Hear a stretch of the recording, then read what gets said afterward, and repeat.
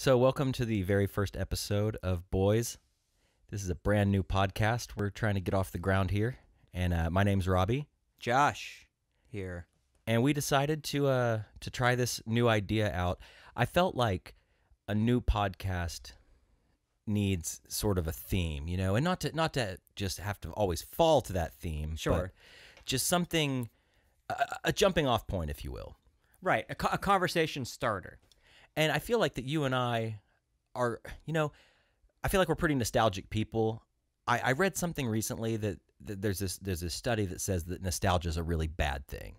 Really? Yeah, because, and I can see the point of that if you just live your life. Living in the past and not living in the present. Right. Right. But, the past is a beautiful thing, and we are products of our past. So I thought, and I think we kind of just made this idea up together more or less, is to start with maybe a tale of something messed up you did when you were a kid. And it doesn't have to be anything like illegal or sexual or terrible. Crazy. Just maybe something dumb. Exactly. Even. Yeah. And the original name of the show we came up with was Bad Boys Podcast, which we talk about here a little bit in the show, a lot in the show. But there was some stuff about there was already a podcast with a similar name, and so we decided to drop the word bad, and Boys was born. And I'm really happy with the name. The name really grew on me, and it sticks. I was really surprised it wasn't taken. Yeah, me too. And maybe it is. So if it is, we'll have to change it one of these days. Whatever. But we'll cross that bridge when we get there. Again, as you'll hear in the podcast, we'll just make it with a Z. We'll just put a Z at the end. But this is our very first episode, so please, pardon any audio technical difficulties. We had a little issue with some microphone levels at the very beginning. We'll get those ironed out, learn as we go. And our first guest, why don't you tell me about him? First guest is local comedian Zach Smith. He's been doing comedy for quite a long-ass while. I think like 7 or 8 years. Yeah. A good friend of both of ours. He's a good guy. We thought he'd be the perfect fit for our first show because, we're small-town boys, We're small-town bad boys. That's right. And yeah, we have a really good repertoire with the guy. And when we got together and started trying to plan our first kind of round of guests, I think he was kind of the given. Oh, he was the hands down first. Yeah, that guy. That's the guy. And yeah, we get into some things in this show. Zach wasn't as bad as we thought he was. No, he's kind of a sweetie. A little bit of a sweetie. But the thing is, before we rolled, he and I shared some, it wasn't really bad boy story, but stories of both growing up being a fat kid and the wearing a shirt to the pool.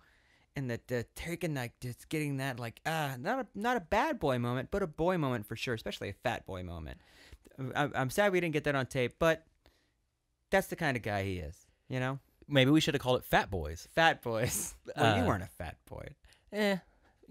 Whatever. Yeah.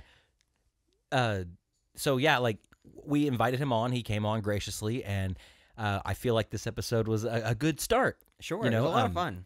And we're only gonna go up from here, man. Definitely, I felt really good about it. And, before we get to the show, just you guys, whoever's listening to this right now, thank you so much for giving it a chance. I know there's a million things you can listen to right now, but, just keep in mind, you're getting in on the ground level here. Yeah, we're just starting this thing up. Yeah. So and there's going to be some kicks along the way. We'll find, it will naturally find its own path. But, to whoever's listening to this, if anyone's listening to this, doesn't it feel good to get in from the beginning? Yeah. And to watch the growth and progression of two amazing minds.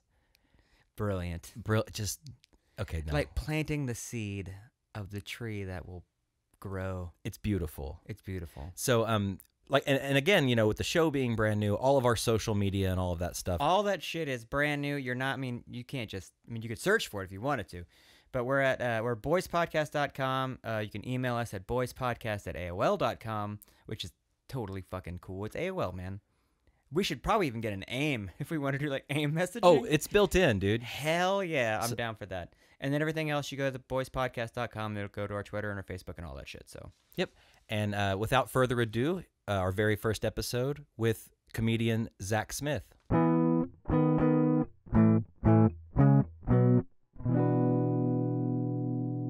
So to start things off, we decided to start a new podcast, and the original name was going to be Bad Boys, and found out that was taken by a podcast that was like a movie podcast, and it like broke my heart because I really liked the idea. We had this premise behind the show. Because nowadays, if you start a podcast, I feel like you need to have kind of like a hook or a premise or something. Because, you know, there's a million of just two dudes talking about stuff. Yeah, and I'm guilty of that. Yeah. So we started out with the name Bad Boys, and we liked it. It always kind of had a little cheesiness to it, but, you know, it fit. And when I found out it was taken, my heart sank. I was like, fuck, there's my idea. There's my idea.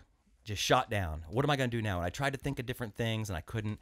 And did you try spelling it with a Z? That has been brought up to me. But see, that adds to the cheesiness. But it could also be bad boys. Like but you're also pointing at that it's cheesy. Like it's the point. That's totally the point. The Z is almost like it's almost like an attention grabber. Yeah, it's a big deal. So anyway, so we were. I was bummed. Josh was a little bummed, and we thought, and then I thought, wait a minute, what? Is boys? Is just boys taken? And I thought, surely it is. Well, it wasn't. And so I was able to register boyspodcast.com. Right. It's great. Got everything set up. And this is the very first episode. And it feels, I'm a little nervous, to be honest. Oh, yeah. I'm a little, if you can't tell, my face is like beet red. Is boys spelled with a Z? No. That's... I feel like there's a lot of missed opportunities. Just this disease. Well, but the O is a peace sign. Okay, good. Upside down. Okay, good. But that's pretty badass. How do you type that though? You got to probably download a patch, like a font. I don't know. Yeah. Get your gigabytes right. Is there a peace sign emoji? I'm sure there has to be, right? If I can send my wife a black fist once a day just to remind her that I'm in power. I love that's my favorite emoji. I change all of them to black because that's, you know, we are who we want to be. Yeah. And so every day I send my wife me doing something black. She's like, "What are you doing?" And I was like, "It's just like a black fist." Yeah. She's like sticking it to the man. Yeah. Yep. I don't know if it's my racist family or guilt. It probably is. That's how it is for most of us. I'm afraid. Racist family. I'm afraid to send a black emoji. Really? I'm not gonna lie. I'm kind of afraid to send one. Even to the person you trust the most in the world. Because you're married, correct? Yeah. We're all married. We're right? all married men. Oh, this is gonna be super boring. Yeah. Well, and that's one of the things I was going to ask you about. That, you know, you were on 2AD a couple of times. Yeah, two or three. It's one of my favorite podcasts I've ever done. Well, thank you. I appreciate it. And this is not it, though, so shut the fuck up about it, okay?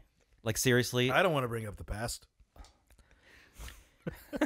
Anyways, but you're married now. Josh is married now. I'm married now. Yeah. Way different. Way different life. Totally different life. How has it affected you? And then we'll get into the... This is completely true. On Saturday, I went into McDonald's pretending like I was going to buy something to steal toilet paper to come back to show my wife some sort of honor. Nice. Because we were out of toilet paper. Right. And I used to do it in college. You just go steal McDonald's toilet paper. And explain the process. You go in and you look at the menu and then go, oh, and you touch your tummy like you don't feel too well. And then you go in the bathroom and what sucked is it was off the roll. Like it was just a giant roll of toilet paper on the little handicapped bar. Oh. It wasn't even in the dispenser. So it wasn't your standard like Scott. You couldn't just roll it out in your hand. You had to hold the big giant roll of toilet paper, like the pirate ship wheel, and walk out like I had brought that in with myself. But I you know, it's fun. I love married life. It's actually it's pretty badass. I want to go back to the McDonald's thing real quick. Yeah, so you brought in theatrics. You didn't just walk in and go straight to the bathroom. Because that shit's on camera. And if you're going to do it more than once, you want to look at least somewhat legit for the first 2 to 3 times. Okay, yeah. Take me into the bathroom. Okay. You get in there, you fake wash your hands, and then I just go in, kill some time, lock it up, but you just got to get it. And I usually wear my cargo shorts because you can fit a shitload into the side of your cargo shorts. So hold on, wait. So you said you're doing it for like your wife's honor, to show her that I could get us toilet paper without buying. To be paper. Almost like I'm a man, like I can provide. Yeah, it's like for I provide. It's okay, like but you're gonna shove it in cargo shorts and it's about a 5-minute process. Because do you wrap? I guess my question is, do you wrap it around the hand, or do you do like you're wrapping I wrap like it around the hand, but cord? then when you put it in the pocket, you shove it in there. Yeah.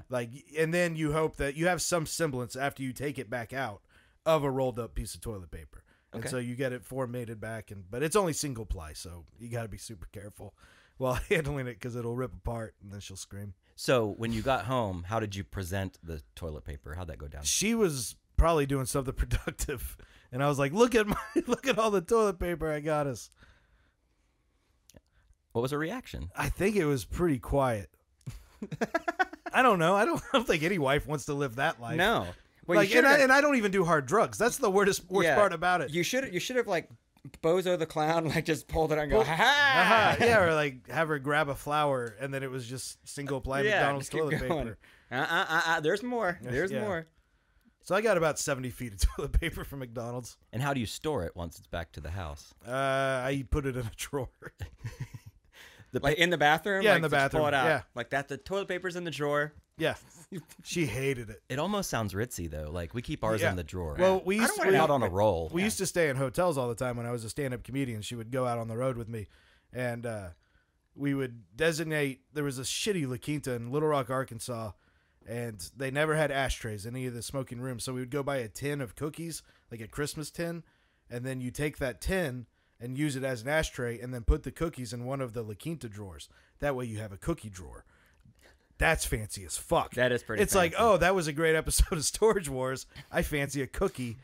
You go and open the drawer. Right next to the Gideon Bible. Right next to it was your cookie drawer, and then you're ashing in a giant Christmas tin. Is there anything in the Christmas tin? Like, is there sand or It's cat ju- litter? Or... No, An empty tin. it is just make sure it's out before you go to bed. Man, ashen in a tin. Yeah. Ashen in a tin. So married life is good. Yeah. Has it changed you yet? How long have you been married, first of all? 6 months. Oh, okay. So it's still relatively yeah, young. it's a and fresh one. how long have you been married? October will be 2 years. I'm not good with dates. I don't get the whole. I'm just really bad with that. And so is my wife. We were when we went to California. We were inadvertently found out we were celebrating our anniversary of our engagement. I didn't know that was a thing. Is that do. a There's a thing? shitload of anniversaries. There's too many. Yeah.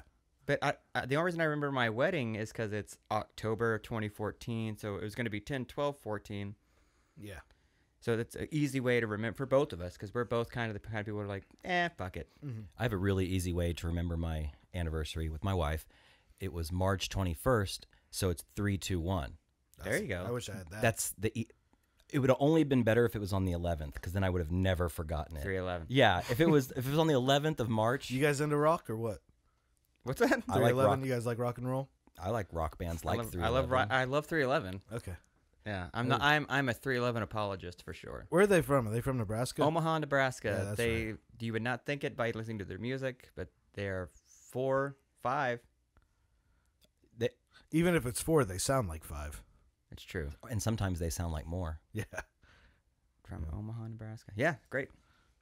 So yeah. So okay, so getting into this podcast here, our idea behind the podcast was to have our guests come on and perhaps explore, still going with the bad boys idea, explore a time in your life when you were just being a boy.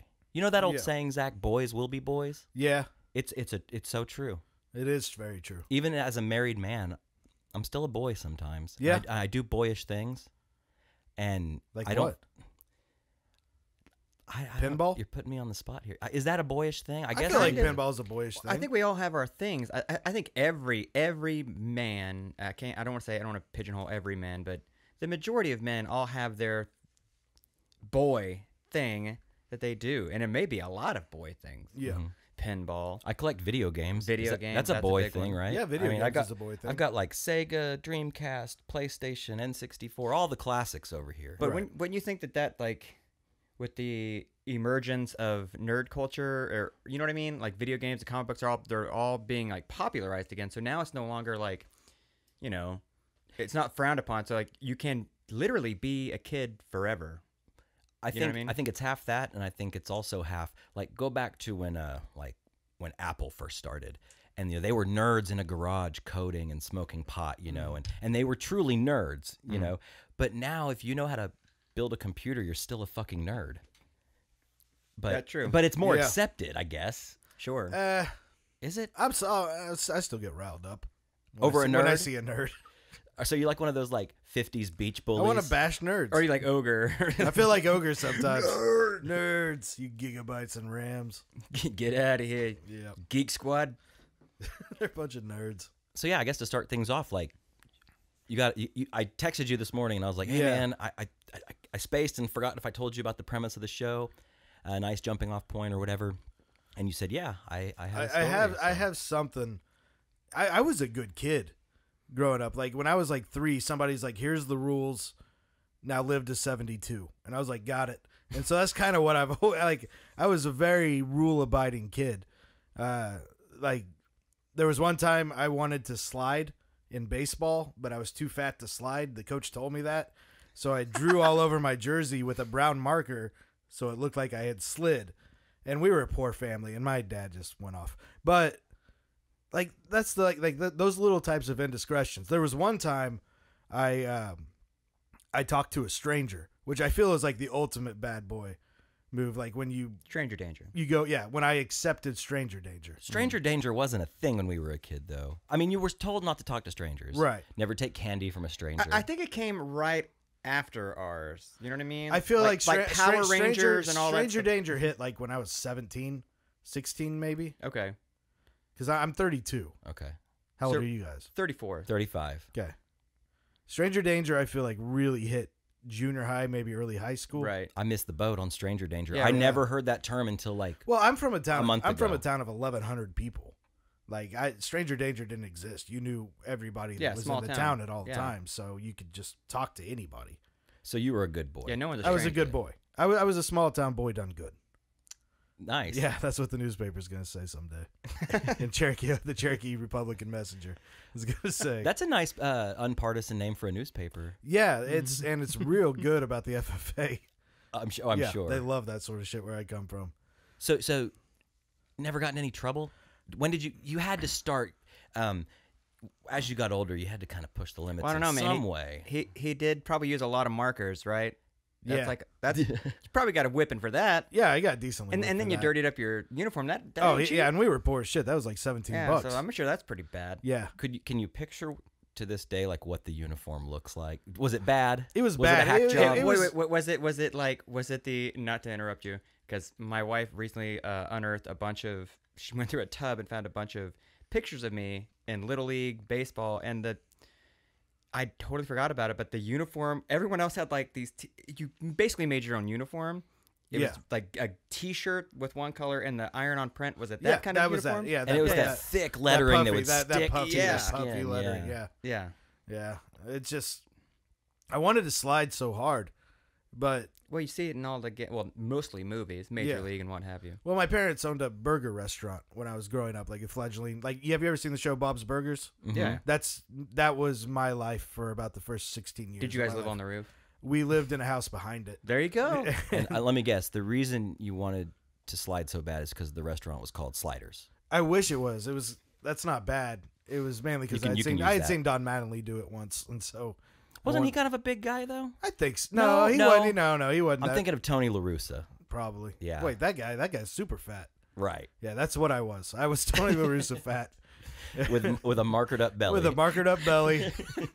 You were LA Dodgers manager LaRusso fan when he was like 50. Yeah. Oh yeah. Yeah. Like the end. Like the bad part. What Yeah. position did you play? Probably. Don't even remember. What position? Lasorda, that's the name. What position is used the least? Right field? Yeah, probably right Yeah. field. Oh, Yeah. I again, I had you're to a fat chase- kid. I was very much right field. I had to chase down a lot of foul balls. Mm-hmm. I remember. I remember going and getting Just mostly foul balls. just throwing your glove up in the air and Yeah. catching it. Picking fucking dandelions. Yeah. We had a kid on our team who played right field, and you know when you're young, when you're playing little league baseball, like I was 7 to 10 years old, let's say. Sure. You don't know what gay is. Yeah. I mean, but there was, looking back, our right fielder on the Barnes Blue Jays, he was obviously a young gay man, and he didn't want to be there. He was forced to play. And I'd look over at him during a game, and he would have his glove on his head, and he'd be like voguing, basically. Just dancing around voguing. out there. Just- Yeah. He felt it. And he'd be like, it's fashion. You wouldn't understand. And he Oh, was wow. putting on a show for the other 8 boys out there. How much would you have killed to have that confidence at that age? I guess I looked up to him because he was letting his freak flag fly. You know? Going for it. How big was your school? Well, see, my school was so small that we actually didn't even have our own baseball team. I had to go to a different school to play baseball. I went to Schwartz Elementary in Choctaw, Oklahoma. Schwartz. Yeah, Ja. it was just Today we learned the rules. it was as good as it sounds. Yeah, it was kindergarten through 8th grade, all in one big wing. That's ours was kindergarten through 6th grade, all in one building.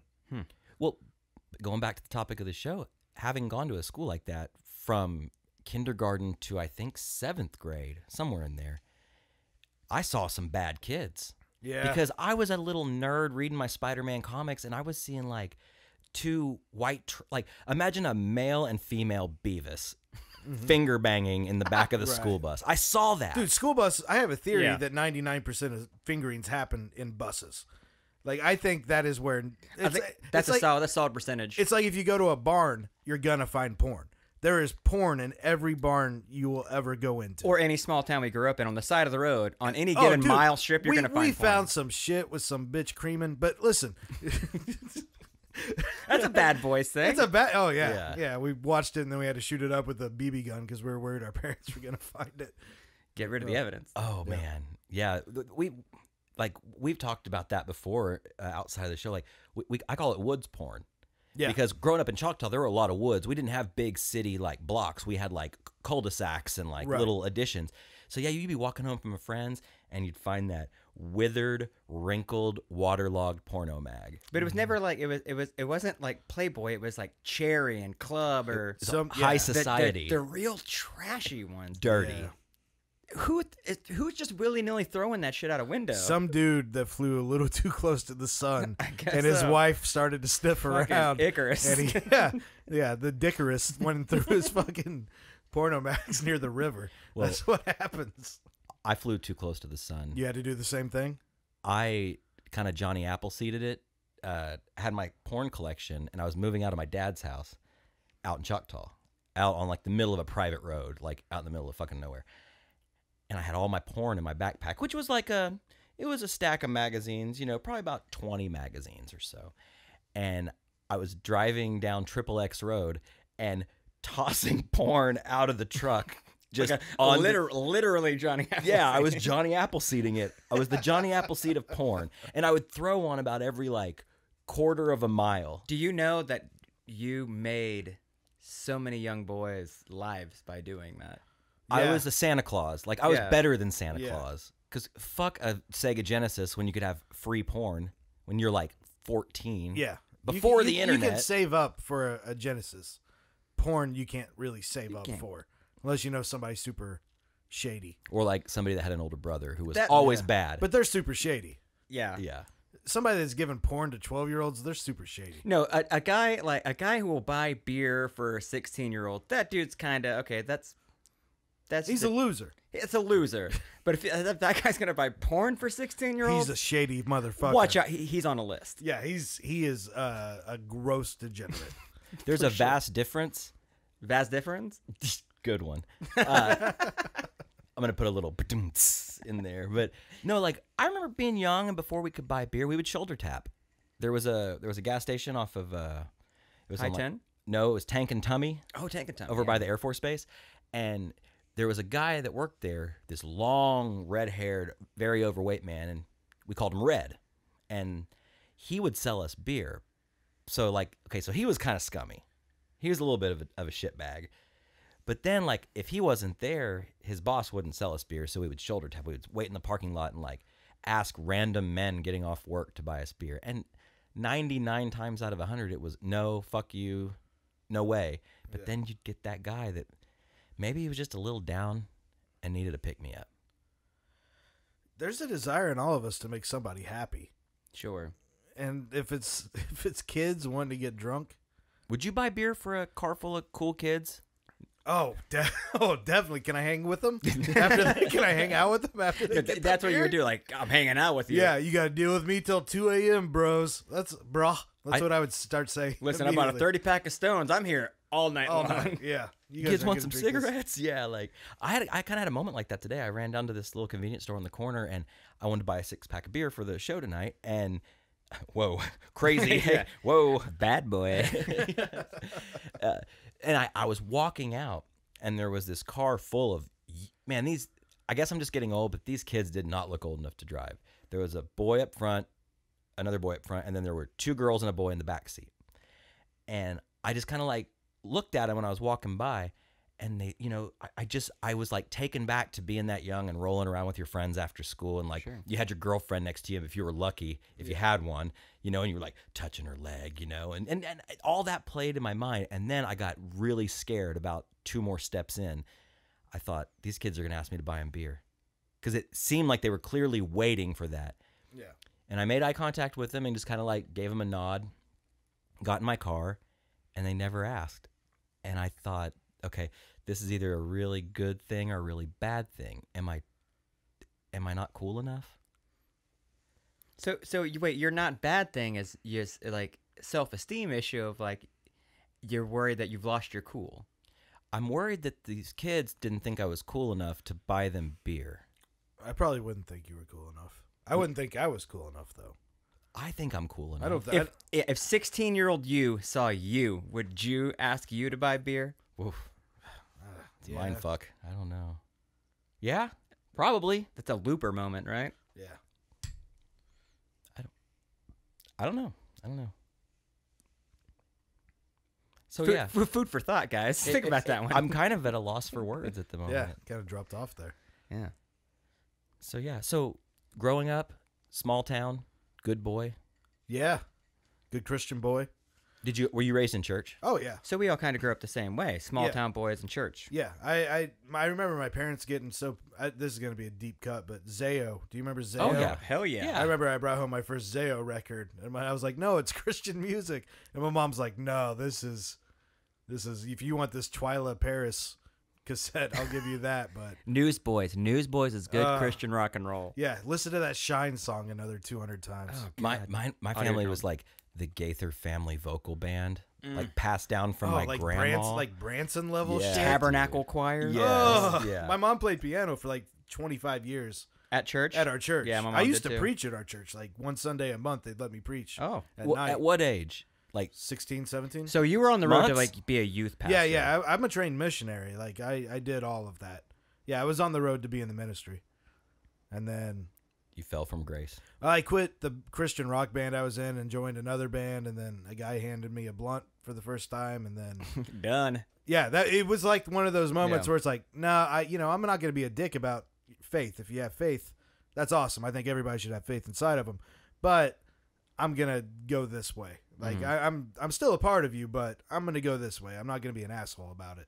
Sure. And so it was like that clicking moment of Well, I think get out of that Christian. I think that was my first feeling bad about. I mean, this whole thing is about being a bad boy. So I mean, all the things you do as a kid, like you're constant, especially being raised in a church kind of atmosphere. Everything you do, the weight of guilt is intense. Am I wrong? No, it like is. you get an erection and you're like, oh, I gotta ask Jesus to forgive me for that. Everything. And even when I drank before I smoked pot, that one blunt. I drank before it, and I would get guilty while I drank because it was super. Alcohol has that effect sometimes where coupled with religion or coupled with guilt of any kind is very enunciated. Sure. But when that marijuana hit the first time, everything just like I was like, oh, okay, I can do this and still be part of this and not have this, and so kind of maybe made you feel closer to the actual God. Yeah, to the actual God. Yeah. And deep down, as a kid, I would always believe that God existed outside of a church. Like a building's only purpose is to keep its doors open, no matter what's inside of it. And so churches always existed outside.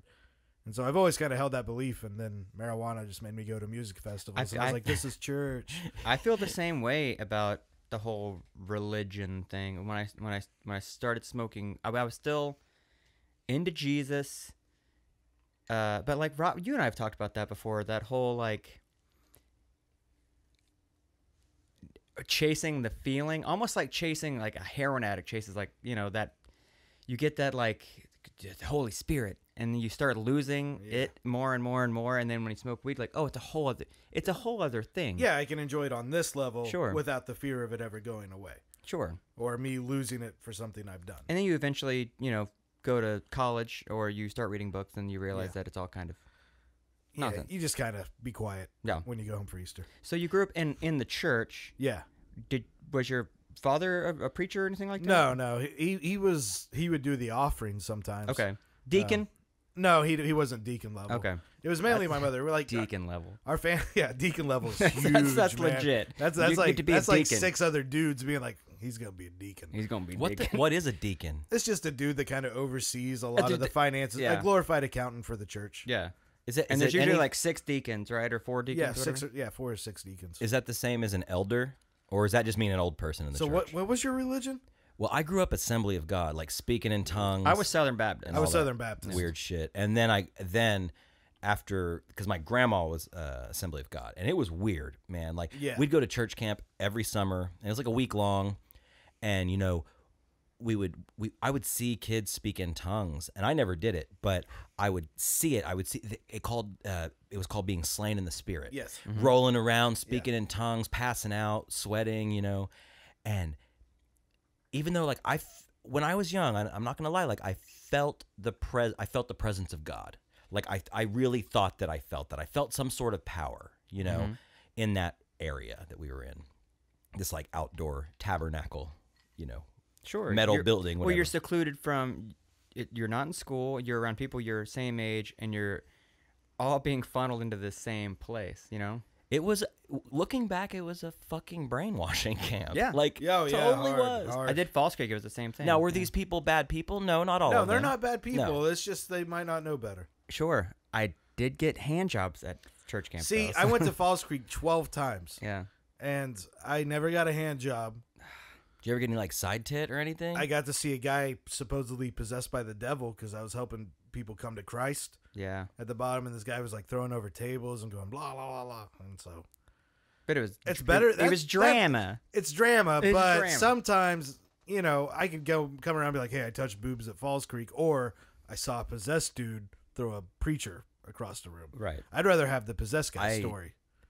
Or a hand Boobs. job. I got plenty of boobs after Falls Creek. Right. It's just- But that was the only possessed 6. guy you've ever seen. Huh? 6 boobs? I saw. But one same person. I saw one boob.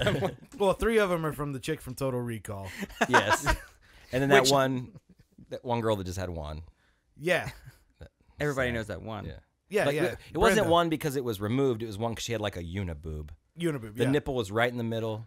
It was just super- Like the girl Ugh. from Futurama, like that. Yeah, like Her eye, but yeah, yeah. just right down. Yeah. right down. just right on down there. Just right on down. Baby, I love the way. So you I'm dress. gonna ask you, Christian fat bad boy to Christian fat bad boy, I guess. So did you have a girlfriend when you were doing all the Christian shit and going to church and stuff? Yeah, for the most part. Okay. So did you ever do the thing like it's something that happens? Anal? So yeah, no, Sunday after In church, she either goes to your house, you go to her house, and you guys fool around and do stuff, i.e. usually dry hump, because you can't have Yeah, sex. you can't. Yeah. And then that altar call at night, the Sunday night service, where you just feel so guilty, and you go up together, like, forgive us, Lord, for what we did. Fix us, Lord. Do you tell the preacher what you did? No, you just go. Okay. No, No, the call to no. altar where you go to the just front, go you and sit at the pray. altar and you pray to God and you tell him, I'm sorry. I Oh, dry hump my girlfriend. She's here Yeah. with me. We're asking for forgiveness. And then guess what I did after that? Go back to her house and get a hand job under a blanket. Yeah. But because you're 16 years old and you're gonna do that. Your penis is God when you're 16 years old. Yeah. And continues to be God. Your for penis the makes most you a of bad your boy. life. It is it's a little bad boy. Yeah, I think it lends itself to the bad boy mentality. I call it my little bad boy. That's I have it tattooed on my balls because it won't fit on my dick. But my balls are huge. So it that's says what my little- Wi-Fi network is little bad boy. Yeah. Yeah. Little bad boy 420. Password.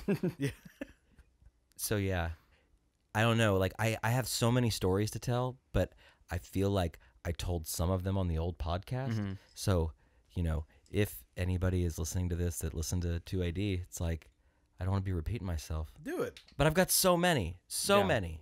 Tell a bad boy story. Well, okay, I'll tell one. We were talking about church camp, and I met this girl at church camp. You know, because did you ever have a little girlfriend at church camp, or like a little flirt, fling, or whatever? Yeah, of course. And you just kind of fall in love with them for that week. Yeah. And then Friday you hugged it in front of the buses, and you went your separate ways, and you maybe wrote back and forth a time or two, maybe not. You know, well, one year I had this hot little number, 13 years old, blonde, beautiful blue eyes, and. It sounds creepy. I know. I was just trying to make it as bad as I could because we're all 3 adult men. Married, but 30-year-old. But 13-year-old. Hey, guys, let's get in a circle and talk about 13-year-olds for a while. I was also 13, so it's not creepy. Okay. Not creepy. I can't remember her name, but I fell in love with her. I thought she was so cool. And I remember sitting in the back of the evening service, and she was sitting right next to me, and she was wearing like a dress. And like kind of a tight dress, and I had my arms crossed in front of my belly, and I was like rubbing the side of her boob with my fingers, like hidden. And I thought she was into it, and I was like, "Oh, this is awesome! This is awesome! Tonight's the night. You're in. Tonight's the night." And she leaned over and said, "Do you think God would appreciate that?" Definitely. And I slowly retracted my hand. She did that. She God blocked you. She God blocked you so hard, man. Is there anything worse? No, because that's a higher power. Yeah, you can't fuck with that. You can throw a friend to the wayside. Yeah, but God, he's there. He's there. He's there. You can throw your friend to the wayside. You could throw her friend to the wayside. Yeah. Oh yeah, her friend will be easier to throw. God? In the ditch. Yeah, you can't do it. You can't argue with God. No, you can't put God in a cab and pay for it and have him drive away. There was also another time at church camp.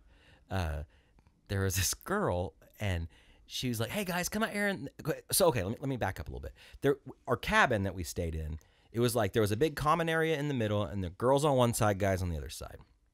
Well, there was this girl that came out, and she was like one of the cute girls in our youth group. It wasn't a big fat slob or anything, but none of that gross shit. Yeah. Be killed.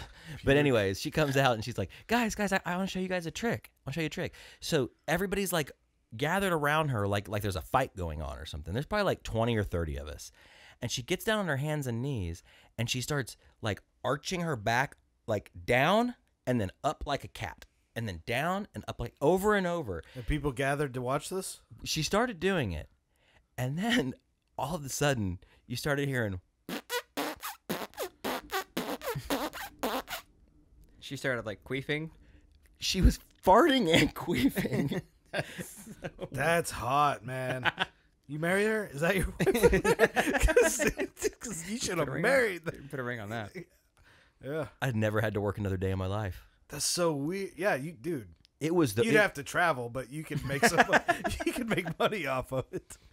It was so weird, but the fucked up thing, looking back on it, she had no idea that this could have been taken as like sexual, offensive, odd, whatever. Right. She was just a girl. Well, a queef is not very sexual. No, it's pretty gross. But at the end of coitus, a queef is like victory because you filled up that balloon. Yeah. Never filled the balloon. You never filled the balloon? No.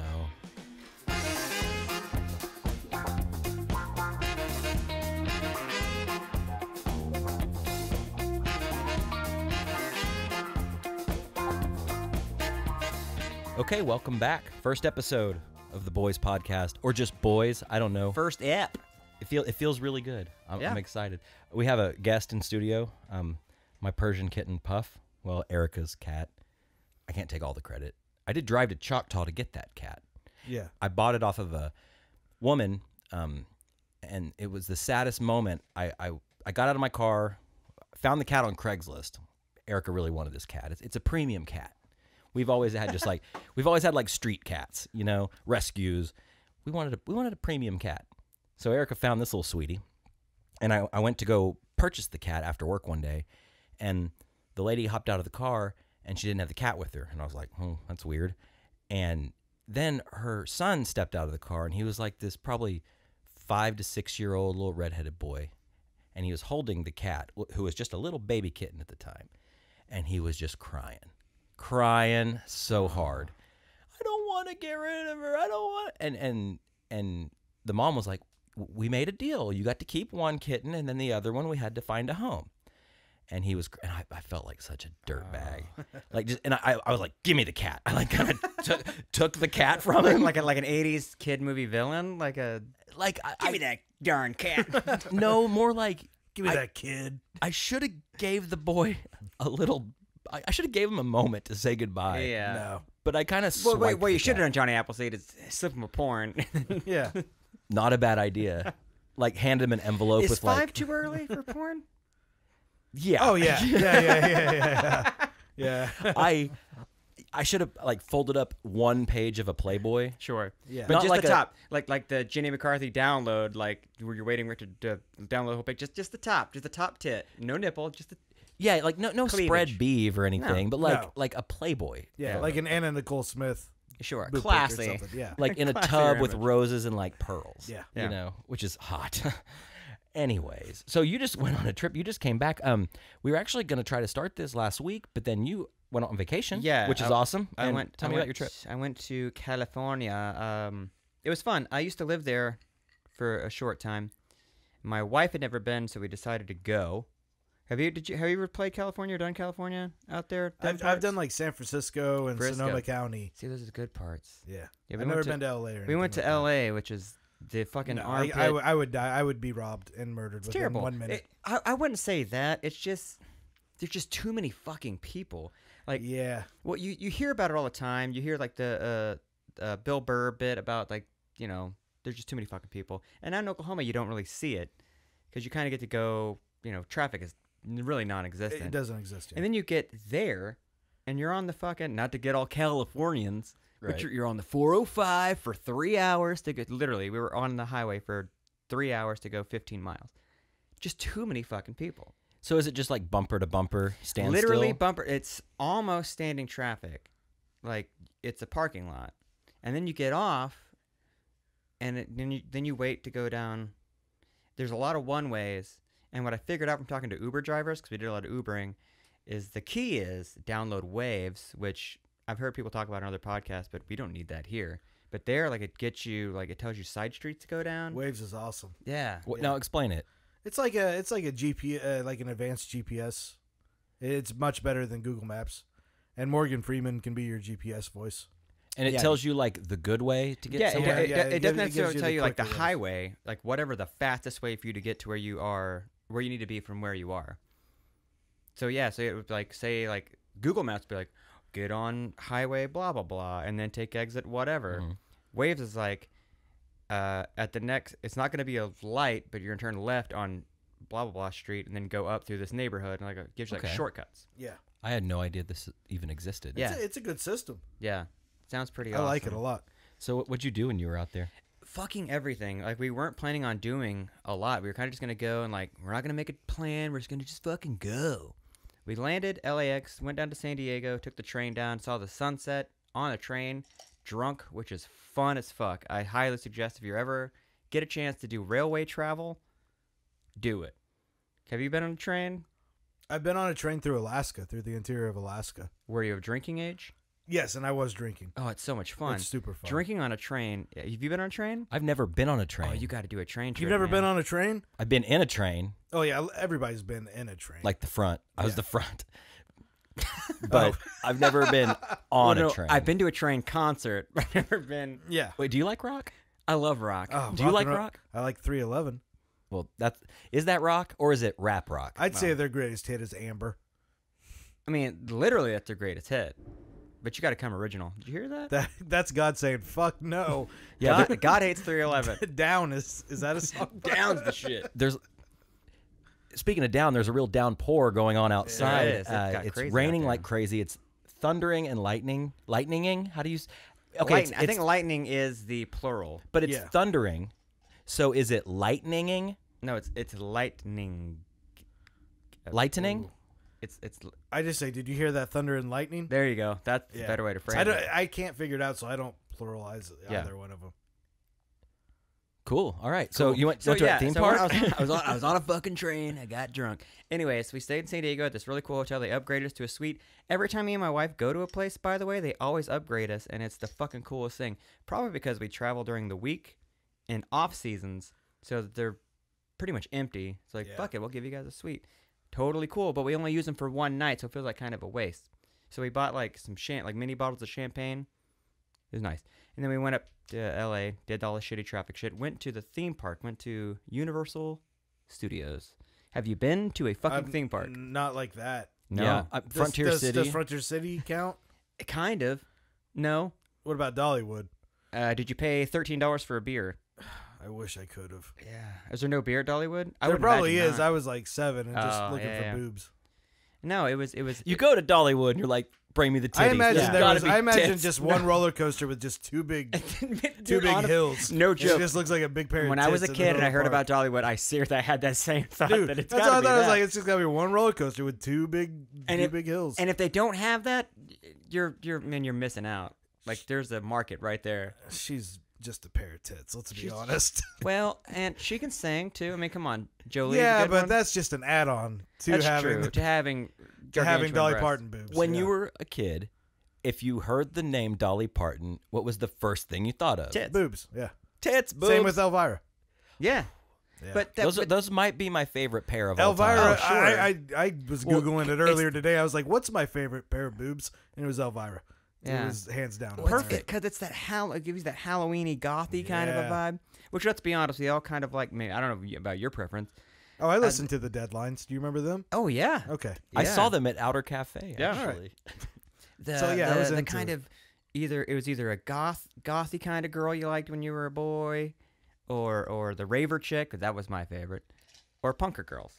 But when you're in small towns, did you have that? Did you guys? No, have that? I had to go to the town 20 miles over to find punker girls, Yeah, and they were just super into blew your mind. terrible. Like you'd be like, you never listened to the Ramones, and they'd be like, haha, no, I've never heard of them. No, man.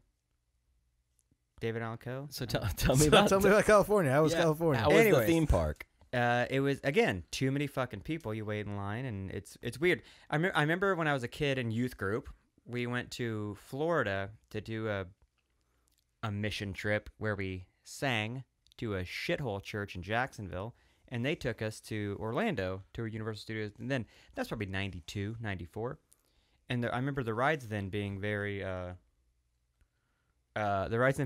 cheesy, like shitty. Yeah. Like I was telling my wife about it, like, if the rides are really bad, it's what they are. Because I remember there being a ride where you're on a trolley and then you go down and there's an animatronic ape hand that's the King Kong thing, and that's it. Just a really dumb ride. That was it?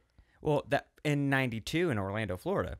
So we get to the one in Universal City, and it's kind of that, but they've amped that shit up times fucking 1,000. The first thing you go to the Harry Potter ride, which is a line within a line within a line within a line to get in a line to get on the ride.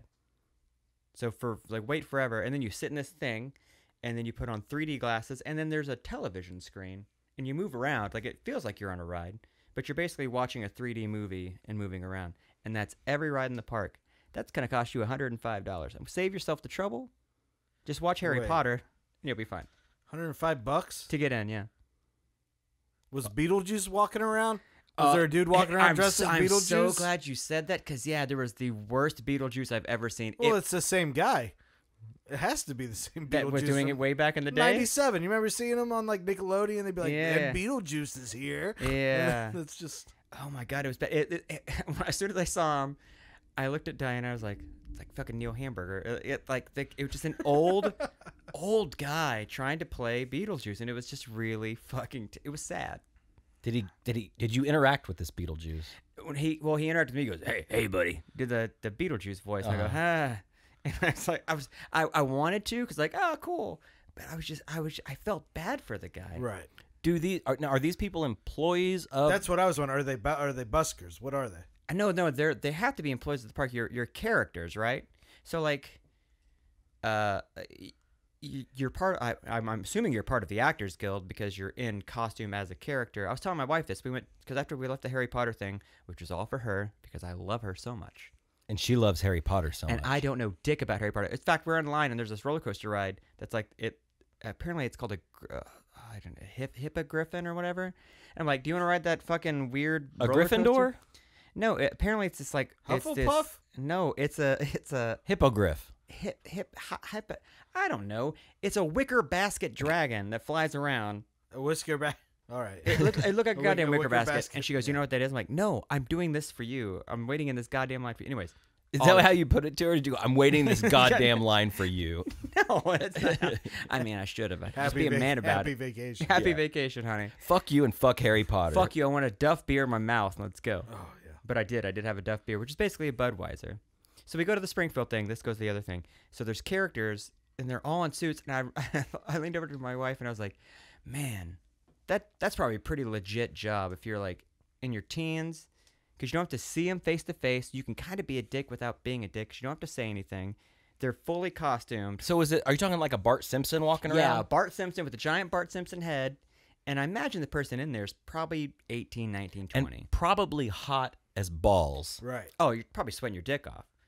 And they're probably getting paid $10 an hour to do that. But it's probably an actor who really wants to be a fucking actor. And that's their way in is to I was Bart Simpson for 4 seasons at Universal Studios. Yeah. But that's the thing is, I think I'm just guessing here. We don't have anything that fancy here in the great state of Oklahoma. But I would imagine that job is like a tough job to get, and people want that job. Oh, I bet. Because Yeah. some people probably think that that's going to be their big break. He was such a good Bart Simpson that I got cast in the live action Simpsons remake. Or yeah. Yeah. You know, like Yeah. maybe I don't People are delusional. Well, in California for fucking sure. Is they are. that true there? And Yeah. is Everywhere. but everybody's gonna make it. Well, no, you think that's the thing. Like we started having this like running joke where we'd have like a celebrity sighting tally, and by the end of the trip we had 7.5. And the half was we think we saw Shia LaBeouf, but it was a fat Shia LaBeouf, and we kind of made the joke, and the guy who was walking by us like made a nod, like, yeah, I'm Shia LaBeouf, but he's like a fat Shia LaBeouf. Anyways, whatever. Wait, so you told him he was fat? No, because like we were joking. It was a loud bar, and like when you're talking and you don't really think anybody can hear your conversation. Right. And I kind of go, hey, fat Shia LaBeouf, like that. And the guy saw me, he goes. So you did call him fat Shia LaBeouf. But I didn't think it could hear me. Yeah. So was it Shia LaBeouf? If it wasn't, that guy was really stoked to be called a fat Shia LaBeouf. That's all I know. And if it wasn't, he probably loved hearing that. Yeah. Oh, sure. Yeah, I'm a celebrity. No, we were talking about it's hard to distinguish who's a possible celebrity and who's a very much want to be celebrity. Because it's the neighborhoods are very much like it is here, but on a larger scale. Like you go to the Plaza District and you have like your nice row of bars and restaurants, and on the other side is just shit. Imagine that's LA. So you have like a strip of things that are hipster and cool, and then right around the corner are like homeless bums taking a shit and fucking each other. Like it's that shitty. So you walk around, you'll see a slice of life of everybody, but you'll see these people who like put the look on you, like I'm gonna cross the street, but I'm gonna put my hand in my pocket. I'm gonna like look cool while crossing the street. Yeah. You know what I mean? That's what I do. Yeah, all the time. I like, Yeah. you got to posture. A lot of posturing. That's what it is. That's pretty much LA in a nutshell. Is save yourself the $100 for a plane ticket. Just don't go. I'm a Branson man. Branson, Missouri. It's where it's at. I grew up going to Branson Oh, yeah. several I times. love When you're in Branson. Oklahoma, that's where you go. Yeah. Did you ever We go? got married outside of Branson. We got married like 10 miles outside of Branson. And did you honeymoon in Branson? Yeah, we had a little cabin. Silver Dollar City. No, God, no. I'm not a fool. So Dollywood. I'm not going to Silver Dollar City. Wait, where is Dollywood? Is it Nashville? Yeah, it's, Okay. yeah, it's just down the road. Just down the road a bit. Just down the road to Nashville. About 350 miles away. Just take a left. Just take a left at the titties. You can see the giant boob. There you see the giant boob roller coaster. Then, And I like that the roller coaster stops at the very top, and there's two, and they're right Yeah. on top of the big but hills. I'm imagining there's lights. Oh, of course there is. Well, so a plane doesn't hit them. Until they burned out and they couldn't afford to fix them. or I 'cause just it's Dollywood. I imagine like the plane flying in between and then stopping and then going back and forth a few times and then flying off into the distance. That'd be amazing.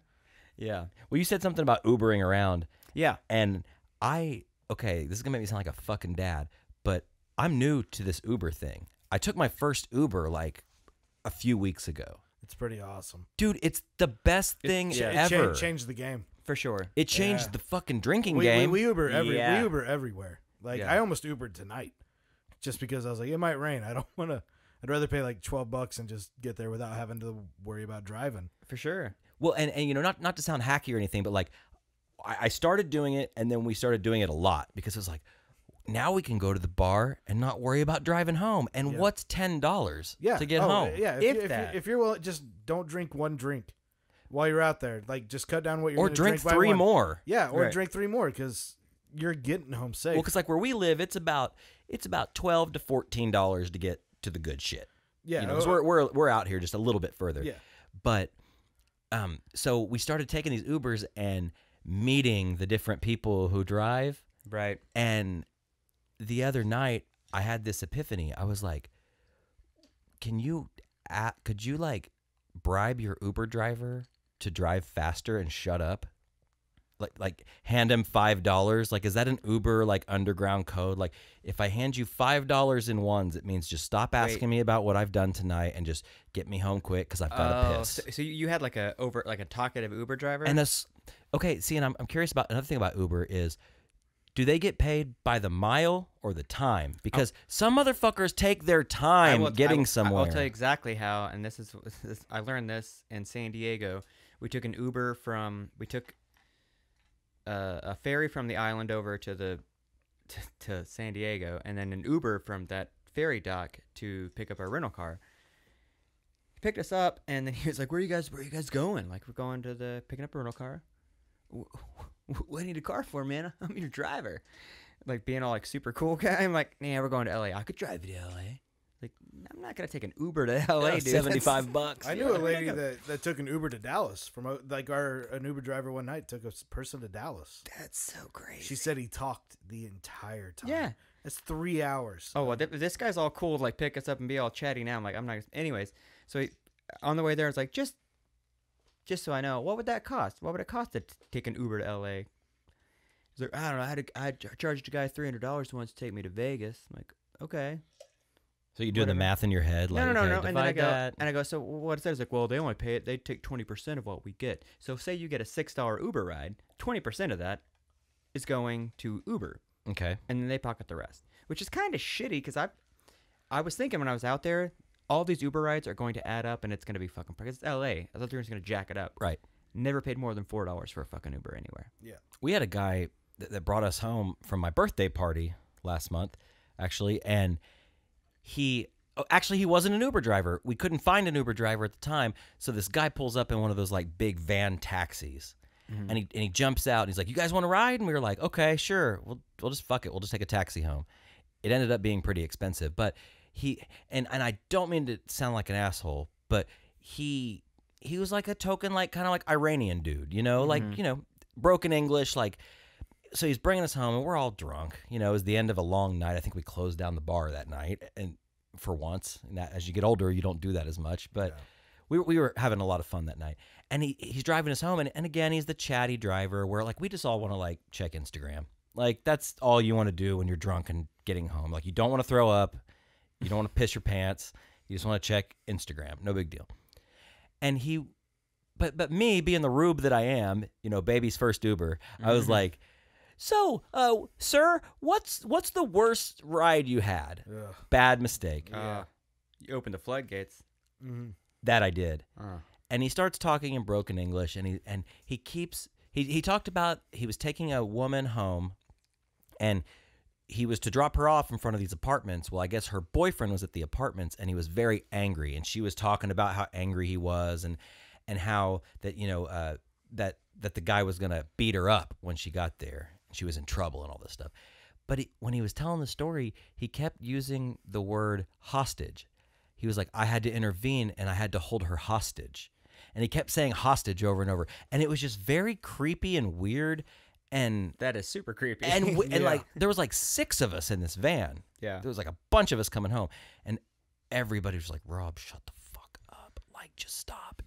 Did you immediately look for, like, is there a thing? Did he have like a little was it a legit van? Like at that Right. point, like he was a Cox contractor with like the magnets on the side of the van, No, but it was a fucking weird thing, and I learned something that night. Shut the fuck up. Yeah. Shut up. oh, dude, every time like that. I think that's why a lot of people get in trouble, or you just get sometimes you just shit roll the dice and you get a talkative Uber driver. But if you walk in, you can walk the thing. Hey, I'm Josh, or I'm so and so. I'm your guy. Get in the back and say fucking nothing. Get in the back too. Yeah. People get in the front seat. And Yeah. That's weird. I've sat in the front a couple of times and I was like, I don't want to. don't want to do this. Because I had the same with the broken English, and it was a guy just so mad about girls that look like guys. Just kept going on and on for about 10 minutes about how much he hates girls that look like guys. And I was like, all right. That's like straight up hate speech. Yeah, that's what it felt like by the end. So I gave him 1 star, and I was like, I just ruined this guy's career. Oh, you fucked He's his done. Uber career up. Yeah. Oh, do you check your star rating as a passenger? Though? No, I should sometime. You should. What? I try Hold and be on, good. hold I on. try and give money. I try Oh, they and give, rate like, you. You rate them. They rate you. They rate you as a passenger? Yeah. How do I check that? Just go on It's the a internet? long thing. I'll show you how to do it. If you have the app on your phone, Yeah. there's a way to pull it up. It's kind of a pain in the ass to look at it, but you can find it. Dude, I got to read these.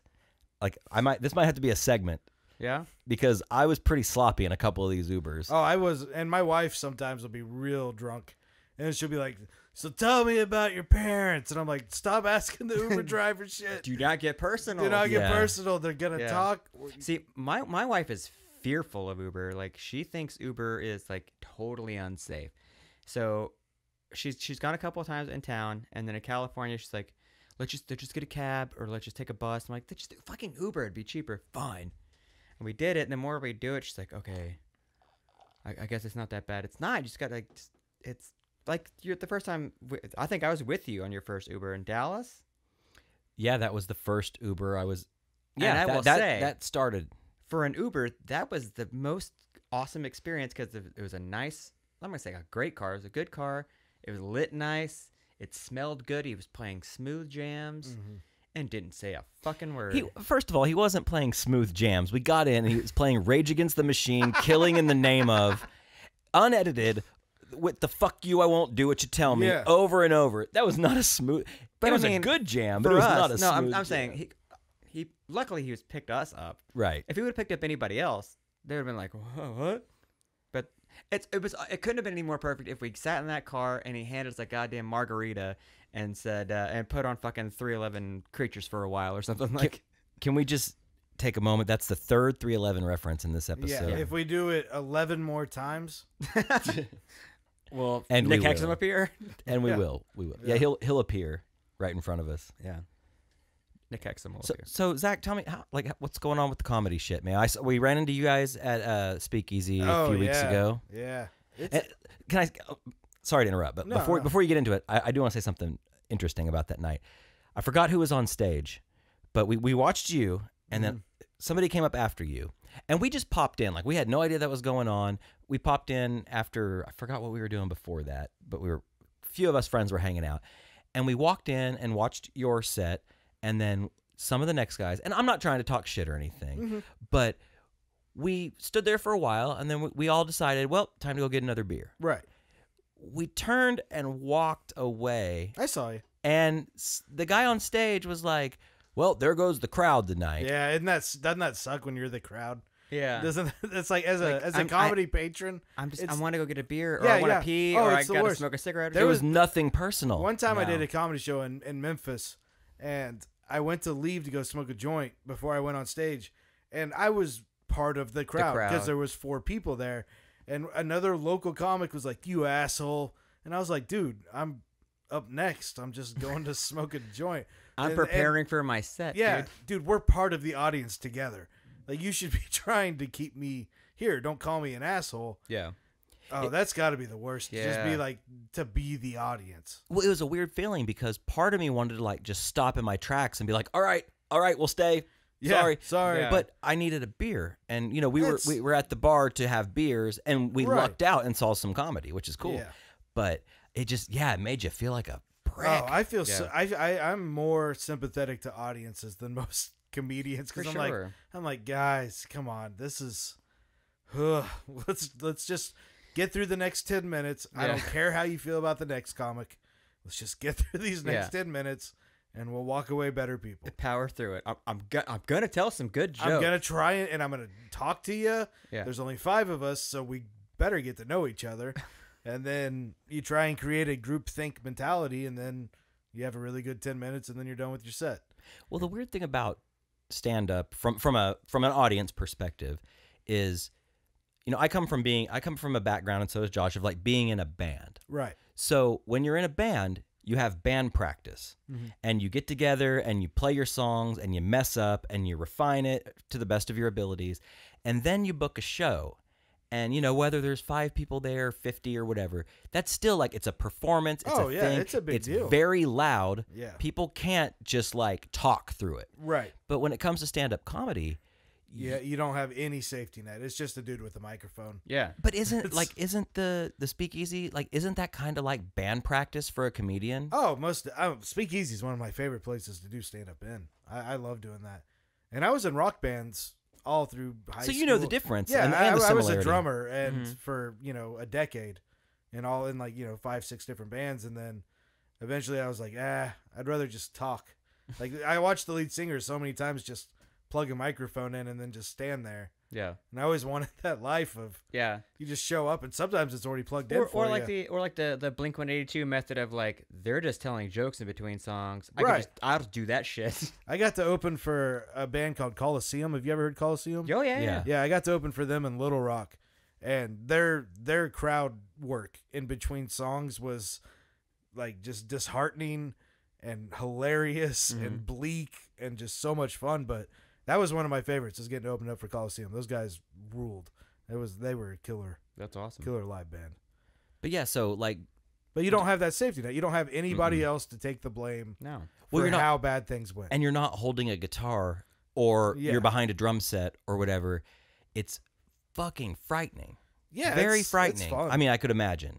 Yeah, it is for the first handful of times, but it goes away eventually. I mean, is it till eventually like the mic becomes your guitar or your drum set or whatever? I would like... think so. I mean, the goal when I first and the way to do stand up, it's not like music where you can sit in your room and practice for years and years and years. You just got to get out there and do it. And then you go on the scene and you're like, oh, this guy's got crazy skills. He's been practicing at home for years. You can practice at home for years, but what you think is funny might not be funny to anyone else that you're presenting it to. And so you don't have that benefit. It's trial. I mean, you got to dive in to get better. And I think that's what it was for me with stand-up. Was the first time I went up, I did 2 minutes of fruit and vegetable puns with my back to the audience for 50% of my time on stage. And it was awful. And 20 people came from my day job to watch me. And it was just the worst thing ever. But after I got off stage, the goal was never that was it. The goal became, how do I get better? Right. Let's get better. But even that sounds like some Andy Kaufman shit. It wasn't, because I wasn't trying to be Andy Kaufman. Like, it was just a dude that was nervous and scared. Was like, I'm funny at work. I'm gonna go do stand up. Everybody come watch me. Yeah. And then everybody's like, ugh. So I had to quit that job, and then I got a different one when I got better.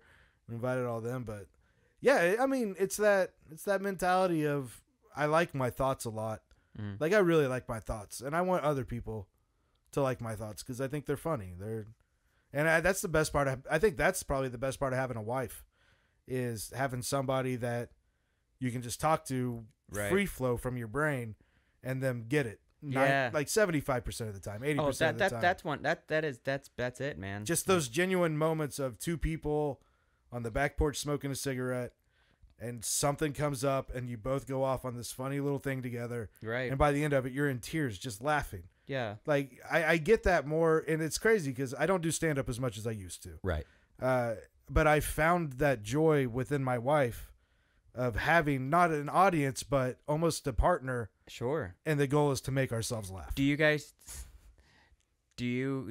make or have like an inside joke or inside characters? I have Papa Zach. Yeah. And he's real aggressive whenever she's cooking, because he's like, I like what you're making with those potatoes. And I also have the little boy, and it's this is fucked up, but I stumble at her like a little boy and go, "I'm a little boy. I have a baby heart," and I'll just say it to her, and she gets so freaked out. She hates it. She does this one thing where she pretends to be like a foreign housekeeper, and she'll go, "Oh, Mr. Bryant, Mr. Zach, I love you so much, Mr. Zach."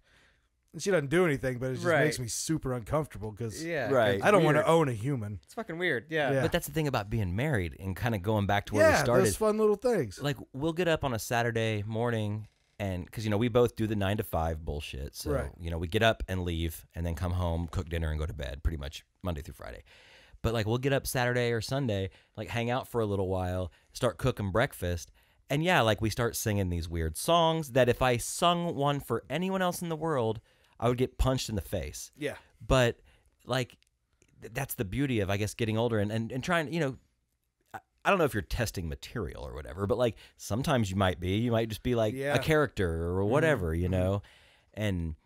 all the time. It's a beautiful thing. All the time. All the time. And she's gotten so used to it that I have to hide when I'm trying to work a bit on her. Like, I have to fold it into natural conversation somehow.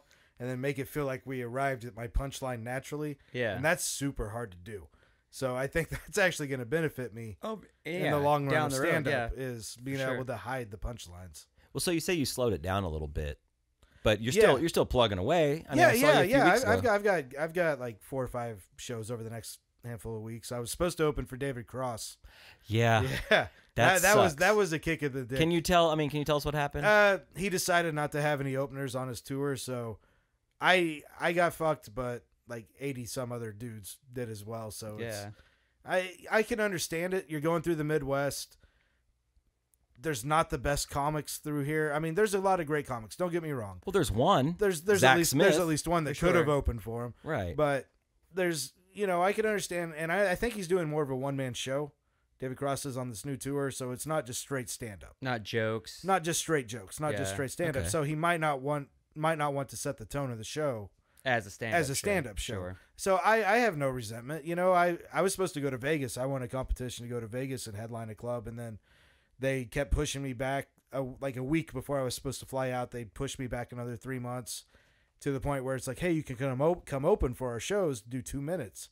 And I was like, I'm not flying to Vegas to do 2 minutes for a show. So 2016 has been like the reality aspect of stand-up. Okay. Like I still love stand-up with all my heart. I'm not trying to say all this to be depressing or disenfranchised, but that's the reality. I've experienced the reality of the business more this year than when I was on the road making $100 a month. Yeah, you were on the road quite a bit last year, right? Yeah, I was all over the place. Like that's how I lived. Yeah. Was road gigs, and it was super tough, but at least those gigs came through. Mm-hmm. That's the worst is when you got something planned and then it falls through, especially with like a band. Like you show up and the club owner's like, hey, we double booked, or hey, there's no audience. Yeah. Hey, it's canceled. Yeah. There's nothing worse than wanting to do your art. Sure. And not getting the chance to do your art. But also with the band thing, with the comedian, with yourself, it's like, well, if that's one person, like, okay, well, that sucks. I'm going to take the brunt of this. Or if it's a band, like, it's so many people. That's so many people that got screwed, man. But when that's like what you do, I mean, that's got to fucking... Yeah, it gets brutal, but thankfully I make income other ways. It's a rough game. Yeah, it's not pretty. It's not for the weak of heart. I won't say his name, but there's a friend of mine that's been doing stand-up for like 40 years, and he's always been a feature, which is the middle. Okay. He's not the headliner, but he's, that middle act that he gets the sweet spot. For 40 years, only as a middle, never made it to headliner, ended up getting divorced, having to move to a new state, get a full-time job. All of a sudden, he's no longer a comedian. Mm-hmm. After 40 years. Like, I would have given up too, because you can't live. Like, you're only making $500 a week. Yeah. And you're driving all across the country. Like, people don't see the two sides to the coin of stand-up comedy. They see the guy on stage, the happy, funny guy. They don't see that guy in a car driving for 15 hours by himself. Right. So there's a whole hidden world. And I would imagine, I mean, I've never been in that situation, but I would imagine that it can be depressing. Like, oh yeah, not because of the lack of funds or whatever, or the hit or miss shows or whatever, but just being by yourself, solitude, yeah, driving by yourself for hours a day. Well, like earlier, I was talking about that movie Entertainment with Neil Hamburger. Yeah. Yeah. Is it that kind of like it was just a really depressing kind of a vibe. His is like an older, basically a caricature of himself. But man, that would just seem like, I've always wanted to do stand up, but I don't think I have it in me to do that. Like that's and people, that's the worst part about comedy is like dudes, like I've been doing it 7 years, and so people that have been 7 years in, they call new people hobbyists because they're kids that don't have the aspiration of being a road comic or doing it. They just want to be funny. They're just having fun, spending 2 years of their life being funny. And there was a time where I used to judge that, but I think that's fine. Yeah. Find your happiness. If you create something beautiful out of it, you never know what's going to happen. Sure. And I try and never deter those people that think, I might not have the long game in me. Well, fuck the long game. Get really good at the short game and see if you like it. Well, and that's something that I've come to find out, whether it's like through my job or any hobby that I have, whether it's the podcast or playing music or whatever. It's like, there's nothing wrong with being second best. There's nothing wrong with just having fun, putting something out there, just like this podcast, for example. I was involved with the podcast that was like somewhat successful on a very meager local level, whatever. And that sounds like I sound like an asshole even saying that, but I was proud of what we did. But starting over, it's like Josh and I planned this and started talking and having these ideas. And you want to plan. I told him, I said, if I do another thing, I want it to eventually be bigger than what I had before. Right. I want to learn from my mistakes and make something even better. But that's the thing is like, I think I finally got to the point where I don't care as much about analytics and listeners and data. Just get together, have fun, put it out, whether it's the podcast, a band, whatever you do. And then if it blows up, that's great. If it doesn't, guess what? You're still doing the same thing regardless. Sure. There's a ton of unnecessary pressure artists put on themselves, whether it's like a comedy competition or a battle of the bands. Like you hinge your self-worth on that night, and everything you've worked for is culminated in this one night. And as a band member or as a comedian, you have to keep the mentality of there should be about 5,000 shows that I'm going to do after this one night. Yeah. And you put that so much pressure on yourself that I've got to be number one. I've got to put in the perfect set. I've got to play perfect for this guy. It's such bullshit. Yeah. Because I believe in the right place at the right time, but that's worked for 3% of anyone that's ever been famous. Right. I think it's something that's been like kind of ingrained in us since we were kids. Like you see these movies and there's always that moment. It's like the Karate Kid thing of like, you get your ass kicked in the first act. Second act, you start training. You fight, or the Mighty Ducks thing. You lose, and then you literally every movie. Yeah, and then you beat him in the end. And like maybe you don't. Maybe you don't. Maybe you lose, but maybe in the 5th or 6th movie you win. Like that's how you got to treat life. Like for the longest time, like I was always that the band's gonna make it kind of guy. Like that's all I fucking wanted to do is play music. And then I get older, like I started getting jaded and started hating people, like hating bands, friends of mine that were in bands that were doing things like, well, fuck those guys. And then you get older, like, it does, sure. Yeah. Good for them. Yeah. I don't care. I still love making music. Yeah. Do you want glory or do you want satisfaction? Exactly. Satisfaction is far better than glory. For sure. And glory is super fleeting. And once you have the taste of the glory, you want it forever, but satisfaction, you can't beat the feeling of satisfaction. And glory doesn't always bring satisfaction. Oh, no. It's a lot of times it'll take it completely away because then you give yourself unrealistic pressure to put on yourself to be something much more than you are. That pressure thing. Yeah, you build yourself up off of one little thing, or it's just I love comedy competitions because you can watch people blow out tires, and then you have the other guys that are just going up fucking around, but there's so much. It's such bullshit. It should be about the 1,000 shows you're gonna do after that. Right. Every night. The best comedy advice I ever got was, don't go on stage without trying to accomplish something for yourself. It's a waste of your time. It's a waste of everybody's time if you don't go up and try and be somewhat better. And if you do that enough times, you'll get what you want. You just got to work hard at it and stay in school and get off pot. I think that's a good place to end it. Is that it? Yeah. Wow. Maybe so. So, okay. If somebody wants to find you online, how do we do so? Zach Smith Comedy on all fronts. Did you lock it all down? We got it locked down. dude. And it's funny because when we were getting this podcast together, I got it all locked down but Twitter. Oh. And Twitter's the one, man. Twitter for a podcast to me. Are you gonna have to buy that domain? Well, so, man, it's that handle? It's a long story, but it's at Boys Podcast. You know, boyspodcast.com. Our email is boyspodcast@aol.com. Everything is basically boyspodcast.com. You can pretty much find everything. Boyspodcast@aol.com. With no Z. No yeah, Z. No Z. No Z. But the AOL.com thing is kind of funny, That's right? pretty classy. Yeah. You guys have GeoCity pages when you were growing We up? probably should. Oh, fuck yeah. GeoCity pages? Tripod? Oh, yeah. Angel Fire? I had a Yeah. Brack page. Pure Brack. Really? Yeah. Just devoted to Brack? Yeah. That's intense. Space Coast to Coast. More Cartoon Planet than anything. Okay. Super cool. Well, when it came to the Twitter, Yeah. Boys Podcast was taken because there is a podcast called The Boys. Yeah. But I was like, man, Boys is totally different. Totally different. Mm-hmm. Like, I was in a band once called Beatles, and it's fine because there was. Anyway, so on Twitter, it's boys_podcast, but That's the best name for a band ever. That's, just Beatles. That's right up there with But the Beatles. We were almost as good. There were 4 of us? 5.